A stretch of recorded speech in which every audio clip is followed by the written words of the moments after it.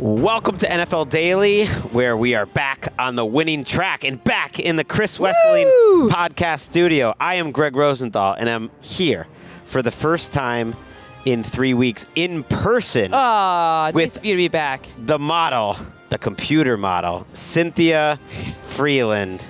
Good to see you again. Not to be confused with like a real model. No, you could get a woman who could do it all. If you're watching on YouTube, we're looking a little harsh. It's stop. Oh yeah, no. You're good. Look amazing, and yes, while you're there, if you're watching, like, subscribe.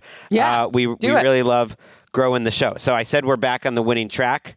I went and checked our picks from a week ago. Unfortunately, we couldn't both go undefeated because we went against each other.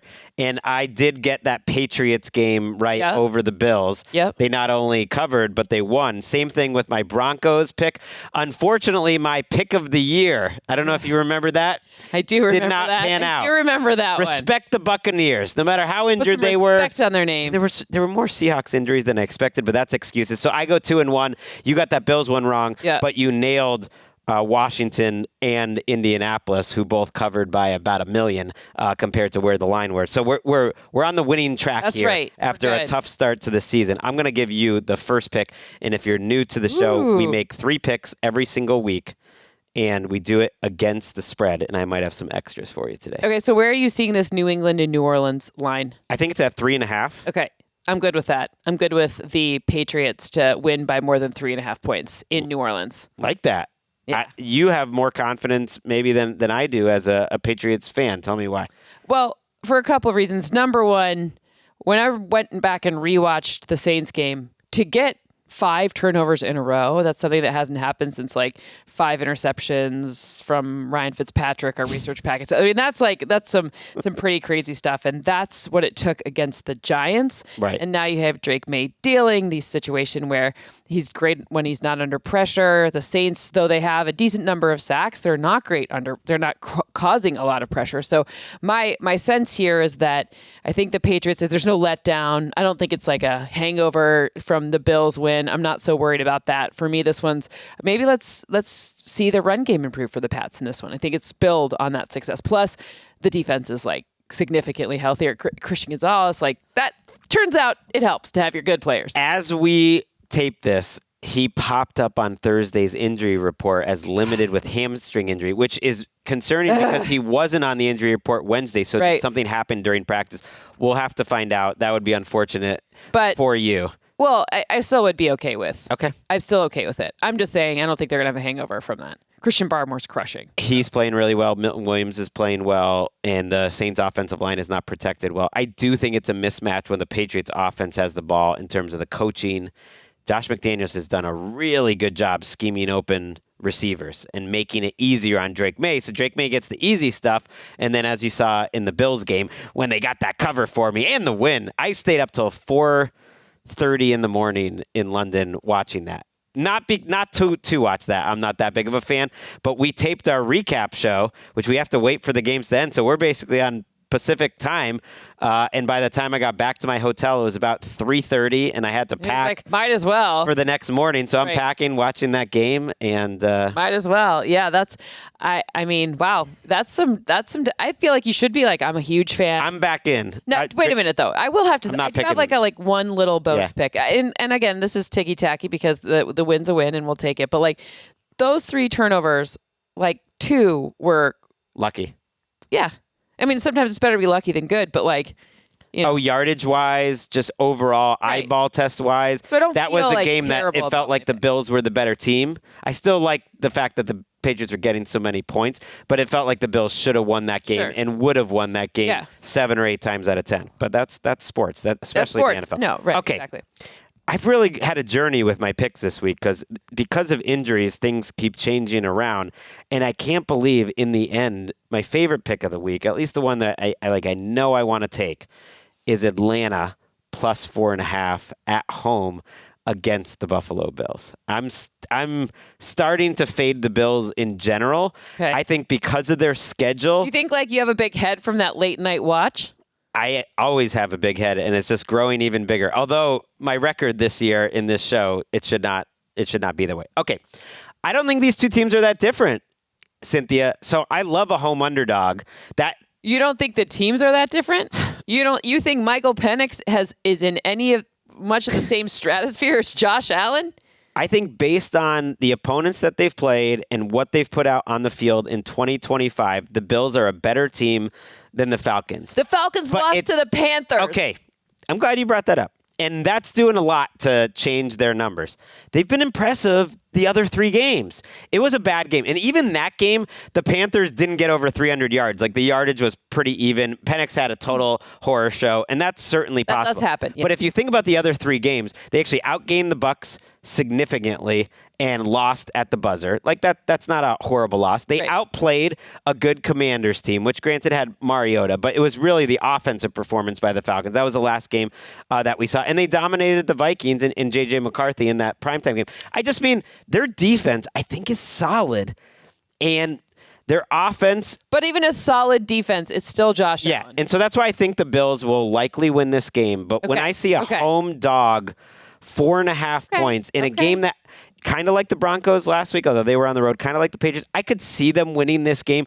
Every Bills season, and you know this because I know you're a big Bills head. You watch some teams closer than others, and the Bills are one of them. Yes, if you pay me money, I will watch your team more closely you have worked for the Buffalo Bills. Yes. Yeah, so of course. You know what's one underrated my love thing? can be bought, Greg.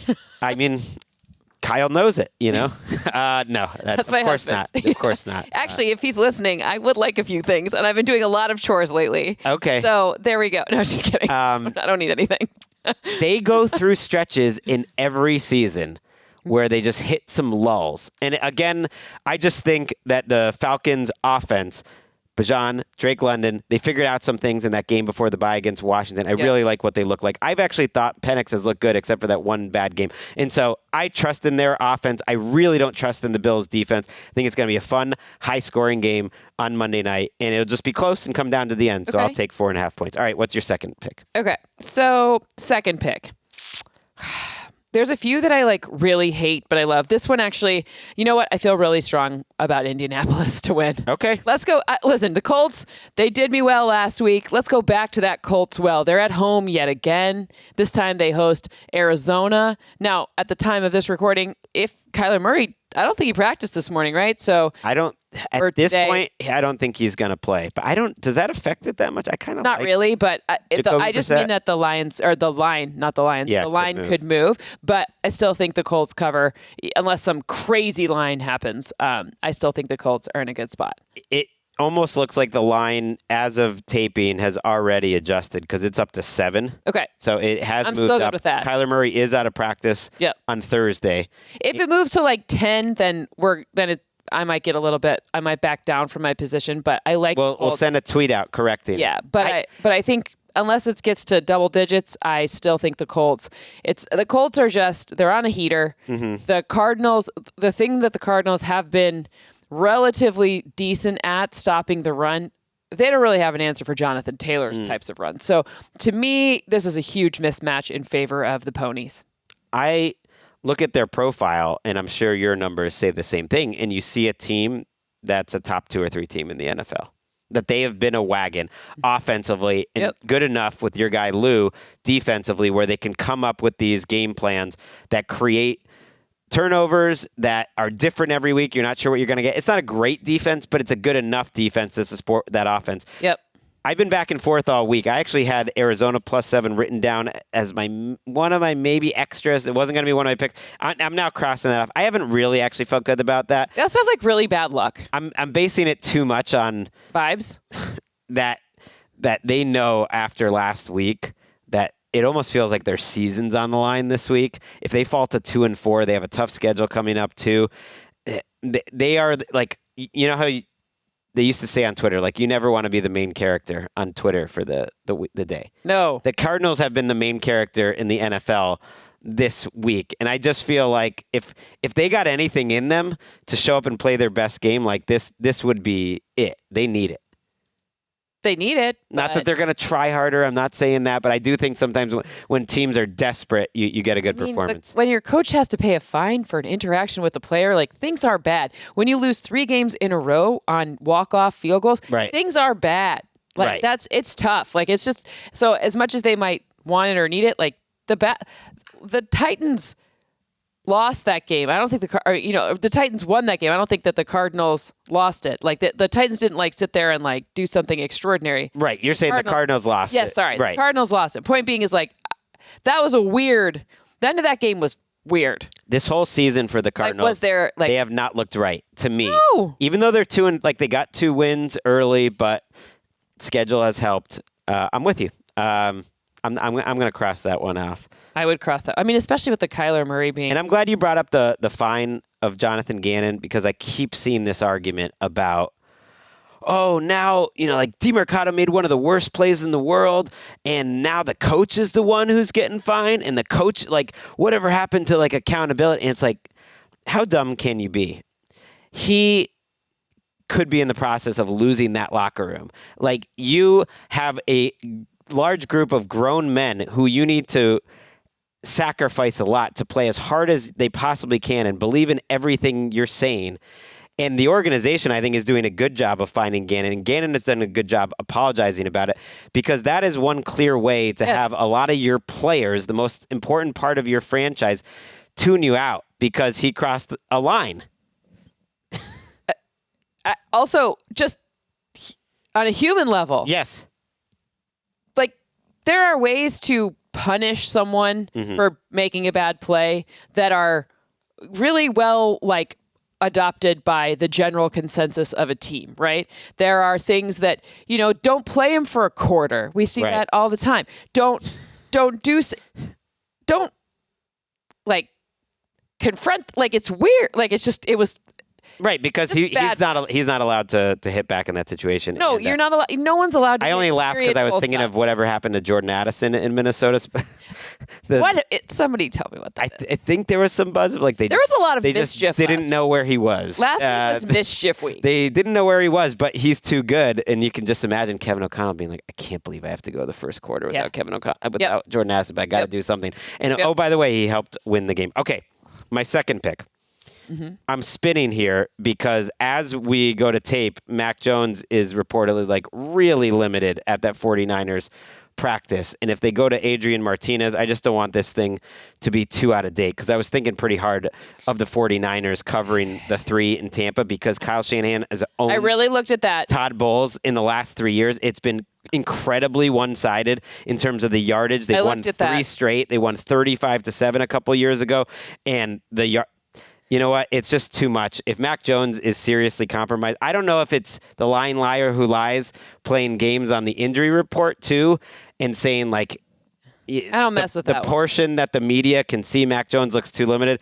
I don't want to be going with a third quarterback in Ricky Pearsall. So I'm not going to do that one. I have settled on Cleveland plus 5.5 as one of my picks. Okay. Pittsburgh's their opponent. Pittsburgh is hosting them. It's a bit of a tough spot for the Browns, who are coming over from London, whereas the Steelers, who are coming from Dublin, had the week off, so they have extra rest. Don't love that. And they're getting healthier. Jalen Warren, Joey Porter Jr. returning. Alex Highsmith, too. Alex Highsmith. I just think the Browns' defense is legit good, and the Steelers' offense, I don't trust them just based on that performance, and 5.5 points is enough for me. One of my big takeaways from watching that game live, I do think Dylan Gabriel is going to give this team a better chance to win. I do think they've found something in Quinshad Judkins. Great running back. They are healthier on the offensive line, actually, than they've been. Jack Conklin is back. The interior is basically there. That was a pretty functional-looking, mistake-free offense by the Browns. And all I need is for their defense to play well enough for them to lose 14-10 or 17-14 or maybe even get an upset win. I'm not buying this Pittsburgh offensive resurgence. I think it's a mismatch when the Steelers have the ball in favor of the Browns defense. Let's go Browns, covering 5.5 in a place that they haven't won in the regular season for 21 years. You know what an outrageous stat. But they did win in the playoffs. You know what I'm rooting for? I'm rooting for Dylan Gabriel to throw 2 touchdown passes, because then he becomes the first Browns quarterback to have done that in the first 2 starts. Okay, let's go. So I want to see it happen. Make some history, brother. People were almost making fun of how limited they looked and how they were coaching around. It was no, the Vikings were getting quick pressure every other play, and he was making the right decisions. And this is a young team. I just think 5.5 is too much. This season right now has not had a lot of dominant teams, not a lot of predictability. And so if you're giving me 4.5, 5.5 in a game where I could see either team winning, that's what I'm going with right now. So I'm going Browns plus 5.5. Your last pick, Cynthia. Okay, well, here's my question first. Do you think Okay. the Ravens are on sale? Because like right now, Ravens at 1 and 4. They could be if you think about it. Do you think the Bashadis could be selling the team? No. Like their futures, the market for their future to win the division, is it on sale? It is crazy that they were favored to win the division. At least they were Super Bowl favorites at one point. No, but this week they're still favorites to win the division. Not anymore. But that's because everyone saw that stat and then they started betting it. But I think they're on sale. I think their future, the market is on sale. So what does that mean? It means that if you buy them low, you could get a good return on your investment. I could see that in terms of a long-term pick. I could not see that in terms of this week's game against the Rams. I'm not talking about this week. Okay, you're but talking. I like future. That. The future. So you could actually hear me out. If you believe the Rams will beat the Ravens, which I think we both do. Yes, and cover. That maybe I should take that. Okay. Well, you still have a pick left, so you can do that. Yeah. But if you believe that, then the Ravens' future odds of winning the division or making it to the playoffs, that becomes on even deeper discount. Right. Wait till next Go week. buy it when it's low. Yes. I don't know. I just was thinking about that earlier. I wanted to get your thoughts on it. I like that. And I don't think that's crazy. And I think this is the right forum to be doing that. Get you a show that can do both. Pick the games this week. That's right. Pick a little long term. Wait for them to lose to the Rams. Then take some Ravens to win the division, Ravens to win the AFC. When they're at 1 and 5, because if you look at that schedule coming up, it's on sale. It's like like Black Friday deals, right? Prime Day, whatever, But it's like buying designer stuff on sale. Yeah, I mean, this was like exactly the highest of markups a long time ago. And I'm just saying, I'm with you. All right, Your third pick. My third pick. Now that I have thoroughly talked for too long, I like. This is going to be a crazy one, but I think Miami to +4. Yeah, that's one of my ones that I wrote down as my extras. That was and now that I'm crossing off games because of injuries that I don't like anymore, that could have been my third. But I'll just, instead of going together on it, I think it will be separate, but I totally agree. That's probably my fourth favorite or fifth favorite this week. I just think the Chargers O-line problems and plus Omarion Hampton, plus, I saw maybe Trey Pipkins and maybe Mekhi Becton, and, you got Denzel Perryman, you got Khalil Mack. There are so many people who are either already out or potentially out, and especially the two tackles plus Omarion Hampton. It's like, welcome to the game, Kamani Vidal. Right.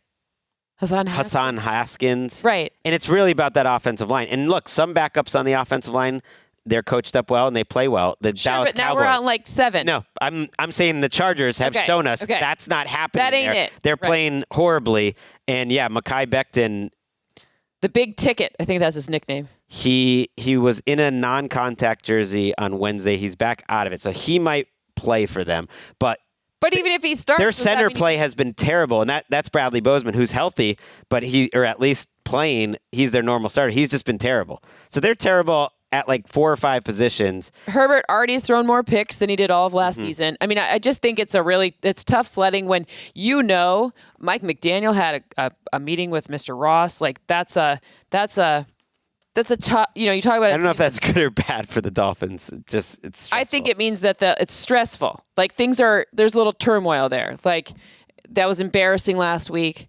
I would imagine they think that's embarrassing the way that loss happened. So this goes with my theory of what I've been saying. The Chargers probably still win, but I think same. This goes with what I was talking about before. In this NFL, where the Chargers, if you were only looking at the last couple of weeks, their defense is not playing well. They're getting run over. Now the Dolphins have struggled to run the ball, so that's weakness on weakness. We'll see. Their offensive line still for the have Chargers. Devon Achane. In the last couple of weeks, the Chargers have looked like a bad football team, and it's because of injuries in large part. But on defense, they have been outcoached a little bit, and 4.5 is just too much. That's what I'm saying. I think that they could win by a field goal and we'd still be right. Okay, so I'm with you. That's going to be one of my extra picks.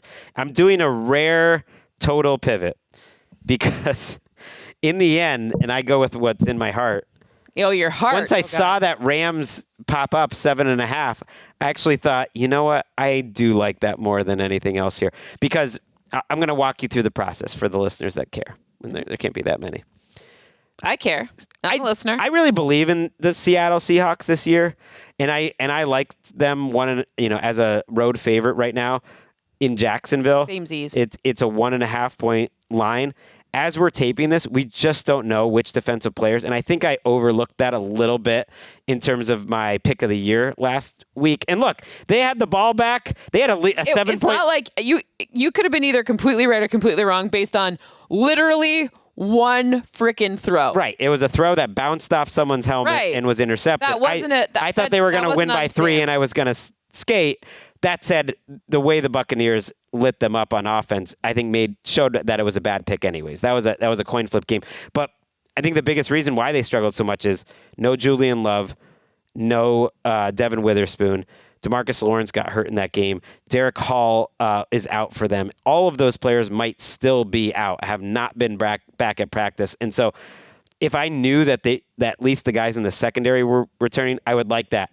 I like the 49ers pick, as I mentioned. Even without Ricky Pearsall, I was ready to pick them with Mac Jones. As we're taping this, Mac Jones' status is a little more uncertain than I expected. Can we agree that he looked like he was dressed as an Alice in Wonderland character come to life? It looked like a car, like a play. It was like this. It's giving playing card, like King of such a strange Spades or dude. King of Hearts or something. What he was giving to me, if you watched him, was when they drafted him. Do you remember how he walked very angrily up to the podium because I think everyone had passed on him, or just that's how he walks. He just has a menacing walk. There's just something very strange He's a natural about him. Menacing walk. He's very emotional, and that was a great game for him. And I believed that he was actually, because of how he works the short game so well, a fine matchup against Tampa. It's not a big difference to me to have him versus Purdy, and I love the matchup Shanahan versus Bowles. But all these injuries are spooking me here, and so that's a really long-winded way of saying I feel better about the Rams just winning this game. They have extra rest. I know they're going east, but I love a little extra rest. And then they have the number 1 design success rate on the ground in the NFL. All they have to do all day is just hand the ball off against a Ravens defense who is 28th in the league against the run. They're terrible against the pass, too. They're just terrible on defense, and there's no reason to think they can hold the Rams under 30. So can Cooper Rush get to 24 to cover this number? I have my doubts. I mean, we all had our doubts about the Rams the Niners last week too, and some weird stuff. You never know. That's the true. NFL is weird, but I have a hard time. Like I told you, I think the Rams are just waiting for that deep discount. The Ravens are just waiting for that deep discount. The Rams, maybe the Rams know about it too. They're like, we're going to help this deep discount happen. This is going to be fun. I don't know. I just think they're going to be on big time sale, and then we're going to look like geniuses picking them. I like that. I'm not giving up on the Ravens long term. Oh, I do think though their defense has problems that need a bye week. They just traded for Alohi Gilman at safety. They just signed Chauncey Gardner-Johnson. Their rookie safety Starks is not playing well. We don't know if Kyle Hamilton's playing this game. They might get Marlon Humphrey back, but they're not going to have Roquan Smith back. Like three. They're like a bunch of guys who've allowed. Matt Abuike is never coming back. They just traded Odafe away. It's a mess. The Rams are the wrong offense to go against when your defense is a mess. So to review, in the end, my list has completely changed. I crossed out 2 of my picks today. I'm going with Atlanta plus 4.5, the Browns plus 5.5, and the Rams minus 7.5 on the road. You have the Dolphins. By the way, you get an extra half point here. The official line right now is 4.5. Oh, so there's a free half point for you. So generous. You get Miami plus 4.5. And remind me what your other two picks were. Indy minus 7 at home. At home, which was the good one. And then my first one, now we've been everywhere. What was my first one? New England, 3.5. I like that. I like your faith in the Patriots this week. Looking forward to watching that game. Looking forward to taping Game Day View with us. We're on NFL Network. If you want to watch it every Friday afternoon, 2 o'clock Eastern time. And then there's some re-airs in the weekend, including early Sunday morning on the East Coast right before your show, Game Day Morning. So it's all happening. Also, check out Cynthia's YouTube page, Numbers Game, where she picks every game every week. So if you want to hear all the thoughts behind it, you can go check out your YouTube page. It's a lot of me. It's a lot of time with me. There's never enough time. It is great to be back in the studio with you. We will be back in this feed on Sunday night for our big recap show. Cannot wait. See you then.